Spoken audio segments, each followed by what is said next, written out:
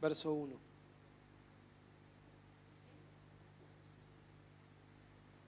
Sí. ¿Lo tiene? Wow, qué presencia del Señor, ¿eh?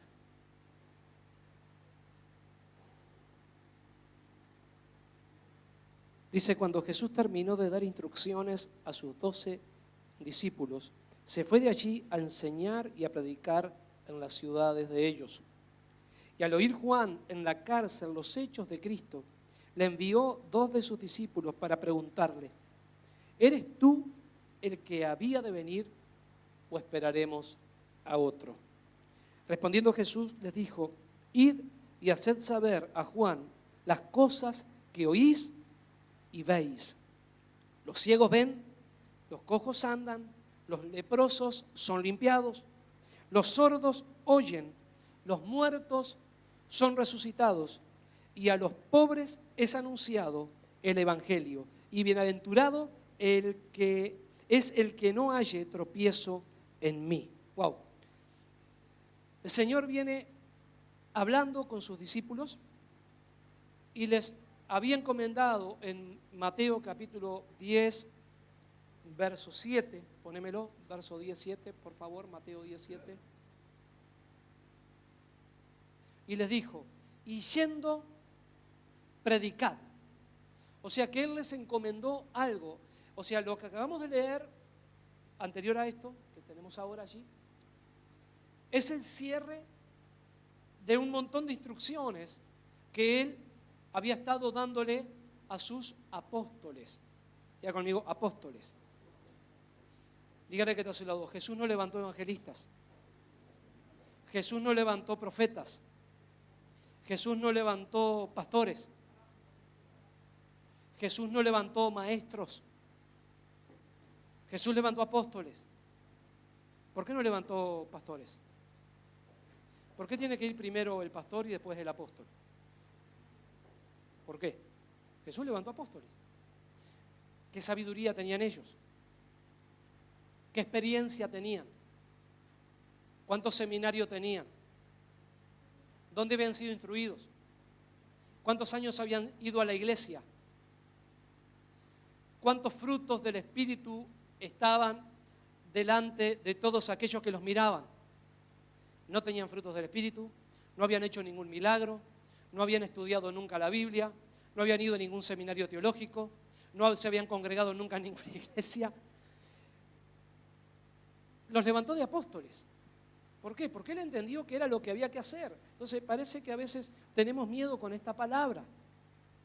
El Señor levantó apóstoles. ¿Y Jesús qué era? Era pastor. Jesús dijo, yo soy el buen pastor. El buen pastor su vida da por las ovejas. Amén. Ahora, siendo un pastor, ¿levantó? Se me rompió el esquema ahí. Ahí tengo conflicto. Hay algo que no está bien de todo lo que me han enseñado. Pensar que tengo la enseñanza en la Biblia, no la quiero entender, ¿verdad? Pero así es el Señor. Él fue el buen pastor y levantó a los apóstoles. A ver, ¿quién se atreve a ir a decirle algo al Señor? Díganle al Señor, mira que te equivocaste según el concilio que nosotros tenemos. ¿Concilio de qué? Nadie puede decirle nada al Señor, ¿verdad? Ahora, Él levantó apóstoles. Y los apóstoles no tenían ninguna enseñanza, no tenían ninguna capacidad. Algunos de ellos no sabían ni leer, tenían problemas. Ahora, fueron levantados como apóstoles. ¿Por qué? Porque había una tarea, había una comisión específica. Entonces, según lo que el Señor necesitó para lo que les iba a encomendar, así fue el levantamiento que Él hizo. Él tenía que fundamentar la iglesia, Él tenía que echar una base, una raíz en la iglesia, y la iglesia iba a quedar instaurada después en Hechos capítulo 2. Por eso Él levantó apóstoles, y los apóstoles después salieron a predicar. Diga conmigo, salieron a predicar. O sea, una de las cosas que los apóstoles tienen que hacer es predicar el evangelio. Otra de las cosas que los apóstoles tienen que hacer es sanidades. Yendo, predicad, diciendo, el reino de los cielos se ha acercado. Dígale que el reino de los cielos está aquí. Está ahora.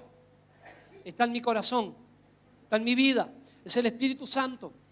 Entonces, cuando Jesús vino, el reino de los cielos se había acercado, pero estaba allí, estaba con ellos, lo podían ver. Qué honra poder ver a Dios cara a cara. Jesucristo es Dios. El otro día me preguntaba alguien y me decía, ¿cómo es posible que Dios es Jesús o es Dios o es el Espíritu Santo? Porque adoramos a tres dioses entonces. Digo, no, Dios es uno. Dios es uno. Amén. Pero como quien dice, en cierto momento se desglosó. Pero Dios sigue siendo uno. Y aún en Génesis capítulo 1, otro día lo hablaremos, está hablando de que el Espíritu estaba en Génesis. Jesucristo estuvo en Génesis. Y tengo pruebas de eso, estuvo en Génesis. Y Dios estuvo en Génesis, el Padre. Entonces el Padre, el Hijo y el Espíritu Santo estuvieron en Génesis capítulo 1. Búsquelo que lo va a encontrar. Así que ellos estaban allí. Ahora en un momento se abrió, algo sucedió, estaban ahí los tres, ¿verdad? Pero nosotros adoramos a un Dios que es trino. A un Dios que es trino, ¿sí? Ahora, ellos no tenían ninguna experiencia con Dios. Ellos no tenían ningún conocimiento. Ellos eran pescadores, eran hombres comunes. Y Dios los llamó y los puso al frente y les dio la capacidad. Ahora, ¿qué le traspasó el Señor? Le traspasó la autoridad. Les traspasó la carga, el llamado. Les dijo, ustedes están preparados para hacer esto. Ahora, si en aquel momento el reino de los cielos se había acercado y en el día de hoy el reino de los cielos está aquí, ¿tendré yo autoridad para hacer lo que el Señor le dijo que hicieran los apóstoles? ¿Tendrás tú autoridad para hacer lo que el Señor le pidió que los apóstoles hicieran? Diga conmigo, amén, la tengo. Pero le tengo que soplar todo, che, estamos como en el examen. El profesor te tiene que soplar al alumno. Diga conmigo, amén, la tengo. Amén, bueno, gloria a Dios, vamos entendiendo. Amén. Entonces le dijo, quiero que vayan, que no se queden quietos, que no estén pasivos.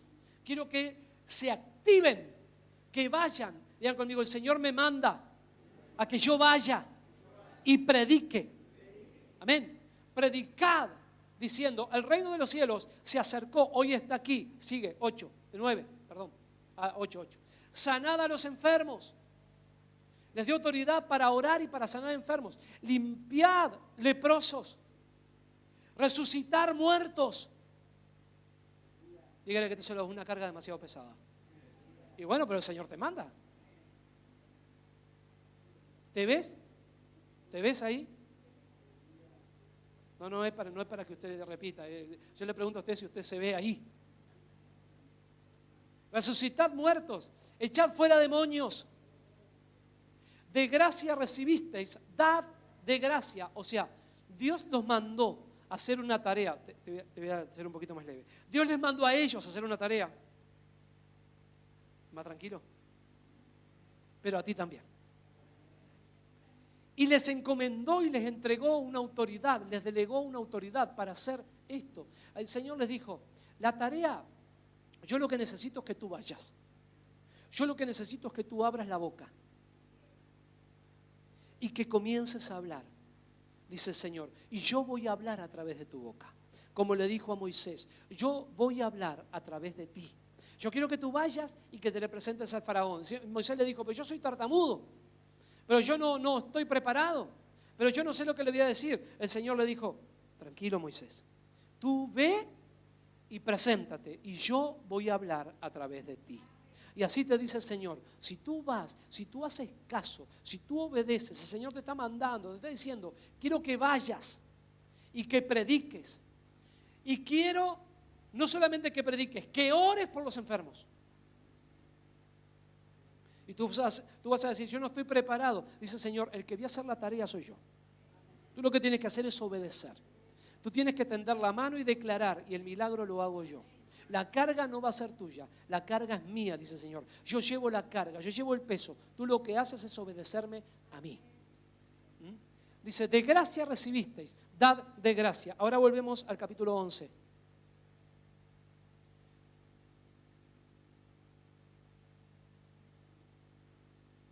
Después que terminó de dar todas estas instrucciones, que fueron muchas más, ¿verdad? Usted quiere leer las instrucciones, lea todo el capítulo 10. Pero vamos a saltear ahora al 11. Cuando terminó Jesús de dar instrucciones a sus 12 discípulos, se fue de allí a enseñar y a predicar en las ciudades de ellos. O sea, Él era el maestro, Él fue el Señor, Él era Dios, pero Él nunca se quedó quieto. Él se fue a predicar. No es que los mandó a ellos a hacer algo y Él no hizo nada.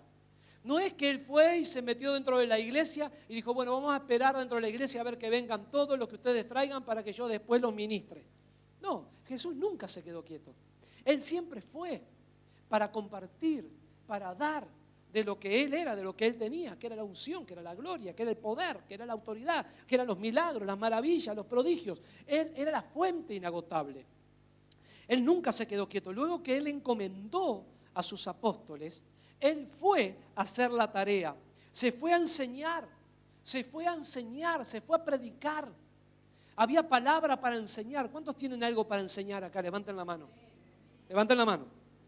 Levanten la mano bien alta, los que tienen algo para enseñar. Los que no levantan la mano, ¿son unos vagos o son mentirosos? ¿Por qué? Porque todos tenemos algo para enseñar.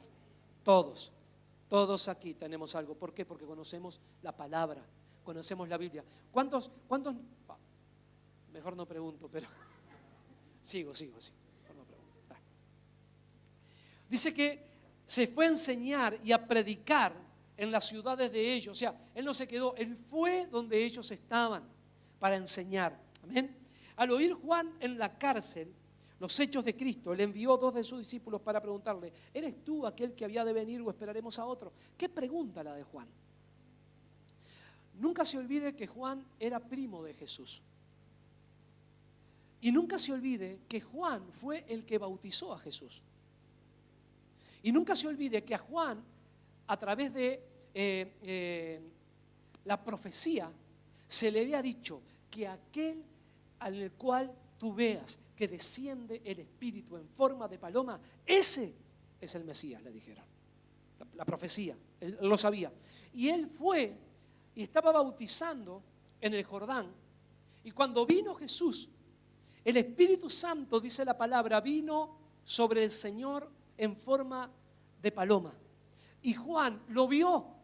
O sea que Juan sabía quién era, Juan sabía quién era él, Juan había visto el Espíritu descender y Juan había visto los milagros que Jesucristo estaba haciendo. Ahora, ¿cómo le pregunta al Señor y le manda a preguntar, ¿eres tú el que había de venir o esperamos a otro? ¿Por qué le pregunta eso? ¿No estaba seguro él? ¿No sabía? ¿Saben lo que pasa? Ahí está el espíritu de duda. ¿Y cuándo ataca el espíritu de duda? Cuando las cosas no están del todo bien. Ahí comenzamos a buscarle el pelo en la leche. Ahí comenzamos a buscar lo negativo. ¿Estará bien esto? ¿Estará correcto? ¿Será tan así? ¿Y si estoy equivocado? ¿Y si estoy mal? ¿Y será que todo este tiempo que he estado ahí no lo habré perdido mi vida? Porque eso no lo dice que Juan lo preguntó, pero yo estoy casi seguro que le daba vueltas en la cabeza por lo que le mandó a preguntar. ¿Por qué? Porque el espíritu de duda ataca. Y te va a atacar cuando estás en una crisis. Te va a atacar cuando estás pasando por un desierto. Ahí va a venir el espíritu de duda y el enemigo te va a venir al oído y te va a empezar a hablar. Y como estás mal, y como estás pasando por un desierto, como estás pasando por un problema, wow, no, tranquilo que nadie me contó nada. Es mera casualidad. Lo que tú estás viviendo y lo que estás pasando es lo que el Señor me está diciendo que te diga esto. Es casualidad, no sé. Pero yo sé qué pasa. Amén. Porque le pasó al profeta Elías. Porque después de haber degollado los 450 profetas de Baal, y después de haber hecho llover fuego del cielo, fue y se encerró en la cueva y no quería salir, y Dios lo tuvo que ir a buscar y le llevó de comer, y él comió buena comida porque el Espíritu vino, el ángel vino y lo ministró y le llevó comida, le llevó pan, y él comió y se volvió a dormir. Y Dios lo estaba llamando. Ahora, ¿por qué? Porque tenía miedo. Porque acababa de matar 450 profetas, degollarlo él mismo, Pero cuando la bruja dijo, así me suceda y me vaya así, así, si mañana a esta hora no lo maté, no le corté la cabeza a este que degolló a mis profetas.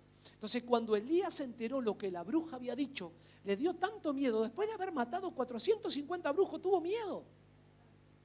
Estaba cansado, estaba agotado. ¿Cuántos están cansados en esta mañana? ¿Sí? ¿Agotados? ¿Cuántos están siendo atacados por la duda? No levanten la mano, quédese tranquilo. ¿Sí? Está bien, no sea tan así. El espíritu de duda ataca. Amén. Entonces Juan, claro, estaba encarcelado. Lo odiaban.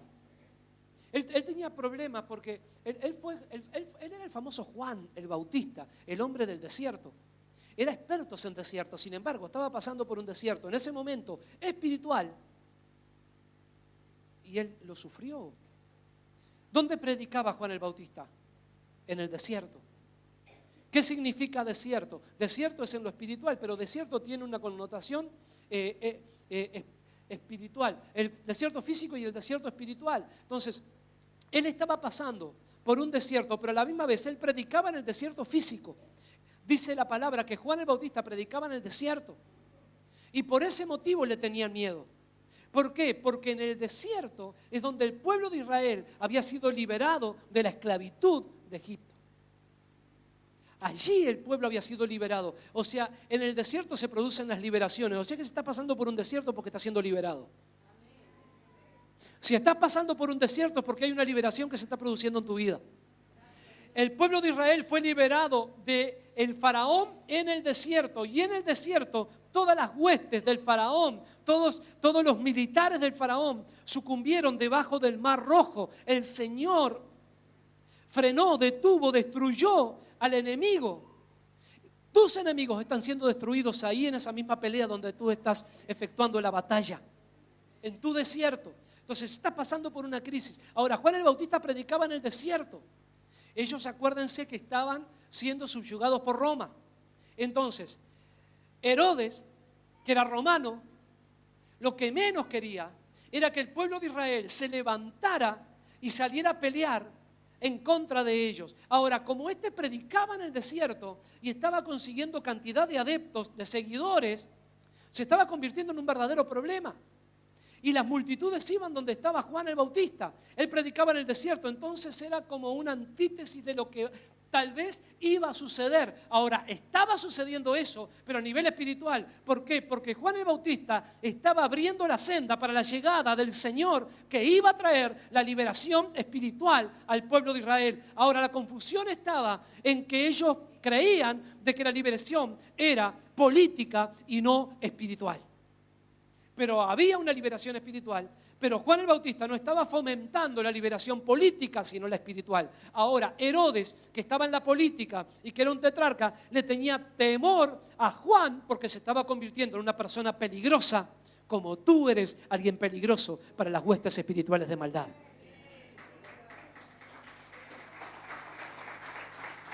El diablo te ve y tiembla. Herodes veía a Juan el Bautista y tenía pavor. Pero lo peor de todo, decir a que está a tu lado, todavía era peor, era que Juan el Bautista no tenía pelos en la lengua. Era un hombre duro. Era un hombre que te las mandaba así de frente. No daba vueltas en la cosa. Y Herodes se había casado con la mujer del hermano.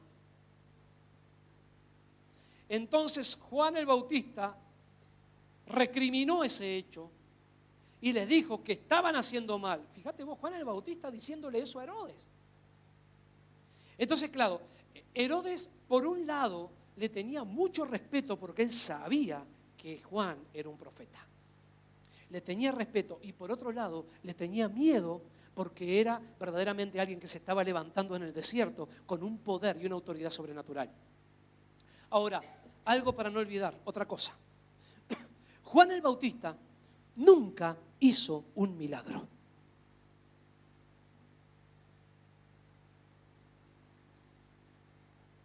nunca hizo un milagro. A ver, los que conocen Biblia, si abren la Biblia y me dicen dónde dice, y Juan el Bautista hizo un milagro, ¿dónde dice eso? Sin embargo, fue el mayor, dijo Jesús, el mayor de los profetas que existió nacido de vientre de mujer. El mayor, no hubo otro mayor que él. Dijo Jesús. Ahora, Juan nunca hizo un milagro. Tal vez por ahí, tal vez hizo, pero no aparece en la Biblia. O sea que no puedo adjudicar milagros a Juan el Bautista que la Biblia no dice que los haya hecho. Pero fue alguien sin igual. Y era duro, y iba derecho al grano, y era alguien fuerte, era alguien que vivía en santidad, porque dice que estaba consagrado, porque él no comía cualquier cosa. Él estaba consagrado a Dios hasta en los alimentos, porque dice que comía miel silvestre y langosta. No comía otra cosa. Él no se ensuciaba, no se enchastraba. Él era santificado y apartado para Dios. Y en esa santidad y en esa autoridad él caminaba. Y nadie se le podía poner adelante. Ahora, tú has sido santificado por el poder de Dios. Dios tiene planes para contigo. Y si estás pasando o has pasado por un desierto y has sido sacudido, no eres muy diferente a Juan el Bautista. Ahora, el desierto y el sacudimiento de él era fuerte porque él estaba encarcelado. Y el peor de los problemas, decirle todavía peor, decirle que todavía peor. El peor de los problemas no era Herodes, el peor de los problemas era la mujer de Herodes, porque lo odiaba. Lo odiaba por lo que Juan el Bautista les había dicho, de que estaba mal de la situación que estaba. Lo odiaba, pero como Herodes no lo podía tocar, ella menos lo podía tocar. Entonces Juan se levantaba o estaba ahí o estaba en la cárcel y le tenían pavor, terror, odio y no lo podían tocar. Wow. Entonces, Juan en toda esa situación le manda a preguntar al Señor, ¿eres tú el que había de venir o esperaremos a otro? Uno lo lee y dice, ¿cómo él pregunta eso? Entonces Jesús como que lo defiende a Juan, como diciéndole, Juan, tranquilo. No le dijo, pero yo interpreto esto. Como que le mandó a decir, con los mismos que Juan el Bautista envió a preguntar, para que no entrara la duda en ellos, les mandó a decir con ellos mismos, y Jesús les dijo a ellos mismos, muchachos, tranquilos, díganle a Juan que aquí están sucediendo cosas. Los ciegos ven,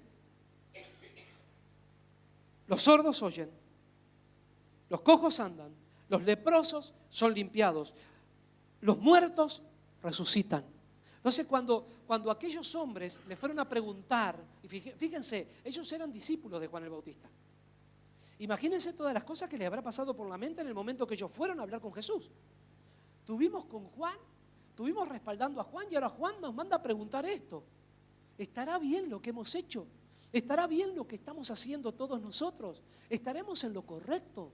Entonces le fue a preguntar y Jesús resalta todo esto, pero como para ellos en primer lugar, pero también para darle paz a Juan el Bautista. Las señales, los prodigios, las maravillas y los milagros que están sucediendo dan la prueba coherente, firme, de que Él es el Mesías, el Hijo de Dios, es Jesucristo, el Rey de Reyes y Señor de Señores. No estás equivocado, no están equivocados, están en lo correcto, porque los frutos y las maravillas que están ocurriendo están a la vista.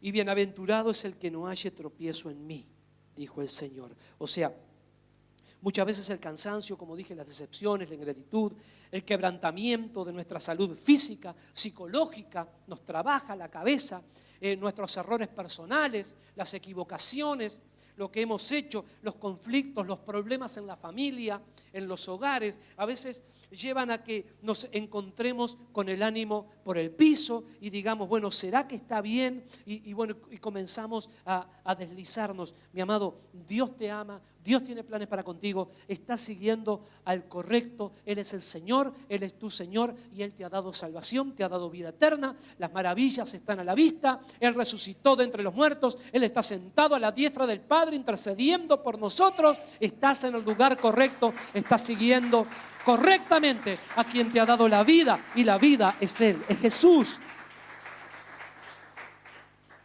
Mientras ellos iban, comenzó Jesús a decir de Juan a la gente, ¿qué salieron a ver al desierto? ¿Una caña sacudida por el viento? ¿Qué salieron a ver? A un hombre cubierto de vestiduras delicadas. Y aquí, los que llevan vestiduras delicadas no están aquí, están en la iglesia. Están en los palacios de los reyes. ¿Pero qué salieron a ver? ¿A un profeta? Sí, os digo, y más que profeta era Juan, porque este es de quien está escrito: he aquí yo envío mi mensajero delante de tu faz, el cual preparará tu camino delante de ti. De cierto os digo, entre los que nacen de mujer no se ha levantado otro mayor que Juan el Bautista, pero el más pequeño en el reino de los cielos mayor es que él. Hasta el momento de Juan el Bautista no existió uno mayor que Juan, dijo Jesús. Decía que era a tu lado, lo dijo Jesús. No lo dije yo. Es decir, no lo digo yo, lo dijo Jesús. O sea, no hay duda de esto, ¿verdad? Ahora, ¿qué más dijo Jesús? Jesús dijo, Juan el Bautista ha sido el mayor de ellos, pero en el reino de Dios, el más pequeñito, ¿cuál es el más pequeñito de acá? A ver, levante la mano el más pequeñito de todos, el que se siente el más pequeñito. Levántela, levántela. Diga, yo no sirvo para nada, yo me siento tan pequeño, tan insignificante. Levante la mano, no tenga miedo. Sí, sí. Bueno, dice el Señor que tú eres mayor que Juan el Bautista. Pero yo no hice ningún milagro todavía. Ah, bueno, Juan tampoco. Lo único que puedo hacer es predicar. Bueno, Juan también.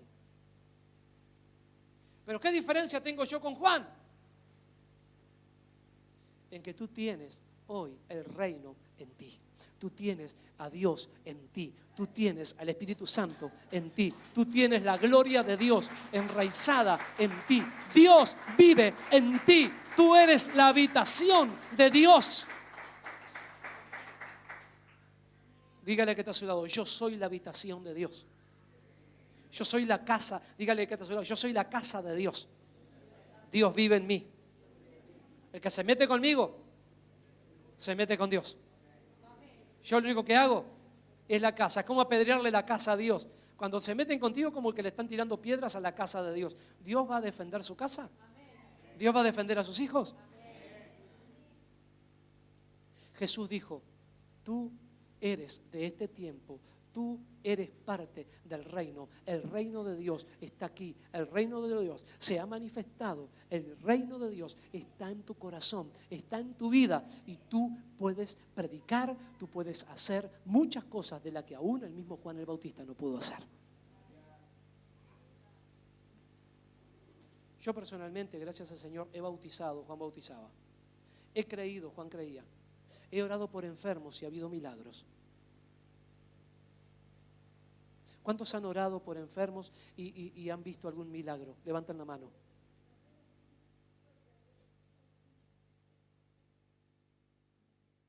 Pónganse de pie los que nunca oraron por un enfermo.